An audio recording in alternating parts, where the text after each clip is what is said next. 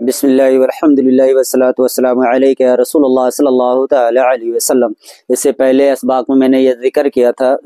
کہ علم کے فضیلت کے تعلق سے، ٹھیک ہے نا، علم کے تعلق سے ہم نے یہ گفتگو رکھی تھی، اور اسی میں نے یہ بیان کیا تھا کہ علم دو طرح کا ہے، کہ علم کسبی یعنی جو محنت سے بندے سے حاصل کرے، اور دوسرا تھا علم لدنی، ٹھیک ہے۔ علم لدنی کے اقسام میں نے بتائے تھے کہ ایک وحی ہے، الہام ہے، فراست ہے، ٹھیک ہے۔ وحی میں نے یہ بھی ذکر کیا کہ وہی نبیوں کے ساتھ خاص ہے، ٹھیک ہے نا، انبیاء علیہ السلام کے ساتھ خاص ہے، اور رہا الہام تو وہ اولیاء اللہ، اور فراست مومن کو بقدر ایمان، ٹھیک نا۔ آج میں تھوڑا سے الہام کا ذکر کروں گا یہاں پر، اور کچھ مشہور واقعات کی روشنی میں جو عام طور سے عوام الناس میں مشہور بھی ہیں، اور ان کے تعلق سے تھوڑی سی غلط فہمیاں بھی ہیں، اور اس کا ازالہ بھی ہو جائے گا۔ الہام ہے کیا؟ تو سب سے پہلے یہاں پر میں ایک بزرگ کا ذکر کروں جن کا نام ہے حضرت منصور، ٹھیک ہے نا، حضرت منصور۔ ان کا بڑا ہی مشہور واقعہ ہے عوام الناس میں کہ اور ان کا نام تھا حسین منصور، ٹھیک ہے نا۔ ان کے تعلق سے یہ کہا جاتا ہے کہ وہ کہتے تھے انا الحق، انا الحق ہے نا، انا الحق کا وہ نعرہ لگاتے تھے۔ تو اس میں وہ انا الحق کہتے تھے یا نہیں کہتے تھے، یہ بات قابل غور بھی ہے، اور یہی میں چاہتا ہوں کہ ادھر بھی تھوڑا سے اس گفتگو پر نظر رکھی جائے اور سمجھیں اسے۔ عوام الناس میں بعض جوہلا حضرات یہی سمجھتے ہیں۔ تو حضرت منصور حسین منصور انا الحق نہیں فرمایا کرتے تھے۔ اس حوالے سے سیدی سرکار اعلیٰ حضرت علیہ رحمت و رضوان نے اپنے فتویٰ رضویہ شریف کے 29ویں جلد میں اس کا ذکر فرمایا ہے، اور اسی حوالے سے ان کی بارگاہ میں ایک سائل نے سوال بھی کیا تھا، تو اس کے جواب میں آپ فرماتے ہیں کہ حضرت حسین منصور جو ہے معاذ اللہ وہ انا الحق نہیں کہتے تھے، بلکہ انا الاحق فرمایا کرتے تھے، میں ہی احق ہوں، ٹھیک ہے نا۔ اور یہ عوام الناس میں غلط فہمی پھیلی ہوئی ہے کہ وہ انا الحق کہتے تھے۔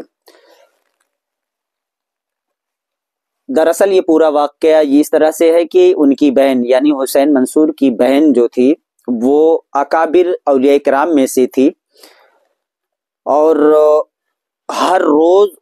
وہ رات کے آخری حصے میں گھر سے نکل جاتی تھی، جنگل میں عبادت کیا کرتی تھی۔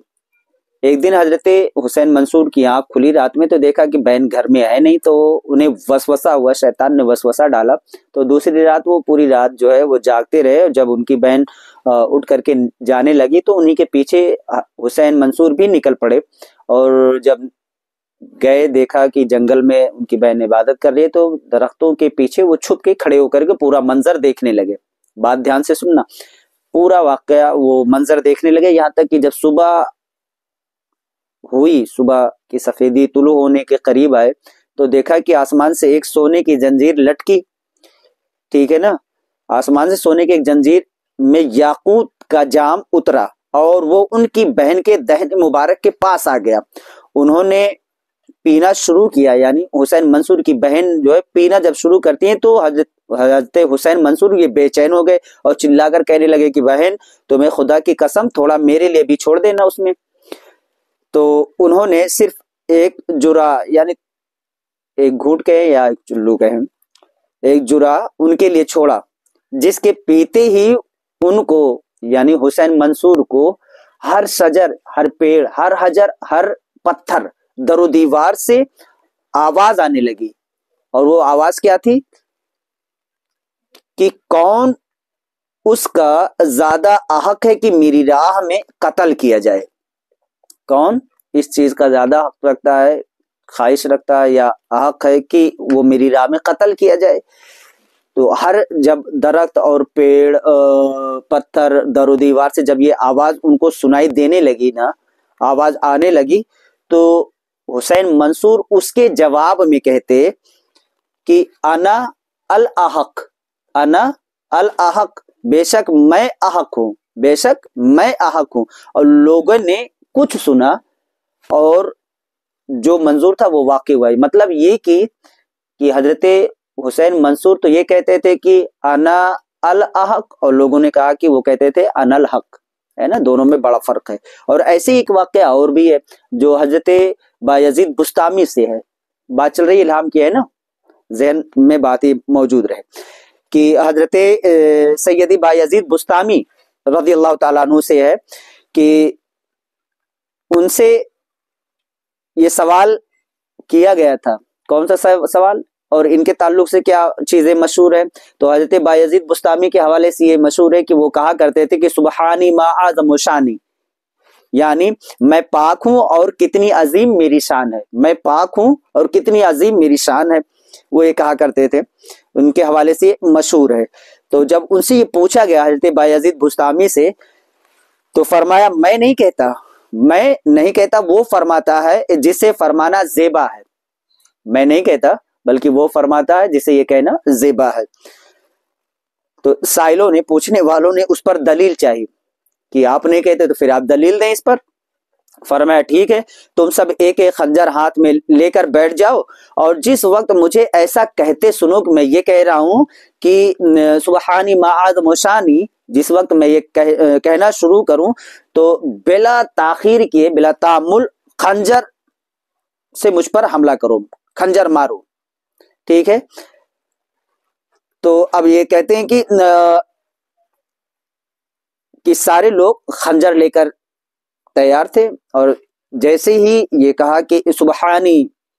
ما اعظم شانی تو فوراً یہ سب خنجر سے ان پر حملہ آور ہوئے۔ تو جس جگہ خنجر سے حملہ کیا آپ کے جسم پر، تو اس کو خود اسی جگہ پہ وہ خنجر لگا۔ جب حضرت انہوں نے ایسا ہی کیا، یعنی آپ پر حملہ کیا، اور جب حضرت اپنے حالت پر واپس آئے تو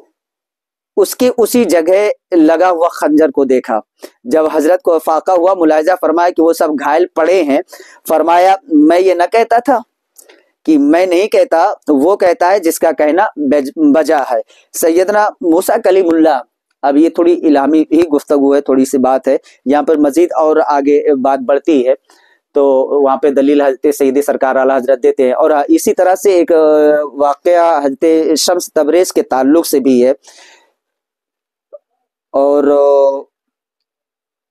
ان کے حوالے سے بھی حضور اعلیٰ حضرت نے یہیں پہ یہ جواب دیا۔ حاصل کلام یہ کہ میں یہاں پہ یہ بتانا چاہتا ہوں کہ وہ الہام جو اولیاء کرام کے ساتھ میں خاص ہے، اسے الہام کہتے ہیں۔ وہ ایک ایسا علم ہے جو اللہ اولیاء کرام کو عطا کرتا ہے۔ باقی مومنوں کو بھی علم اللہ دیتا ہے جسے فراست کہتے ہیں، اور مومن کو فراست اس کے ایمان کے مقدار ملتی ہے، جس قدر جس کا مضبوط ایمان ہوگا اس کو ویسے ہی علم فراست ملے گی۔ یہی وجہ ہے کہ شرع میں یہ منع کیا گیا ہے کہ مومن کے فراست سے بچو، ٹھیک ہے نا، مومن کے فراست سے بچو۔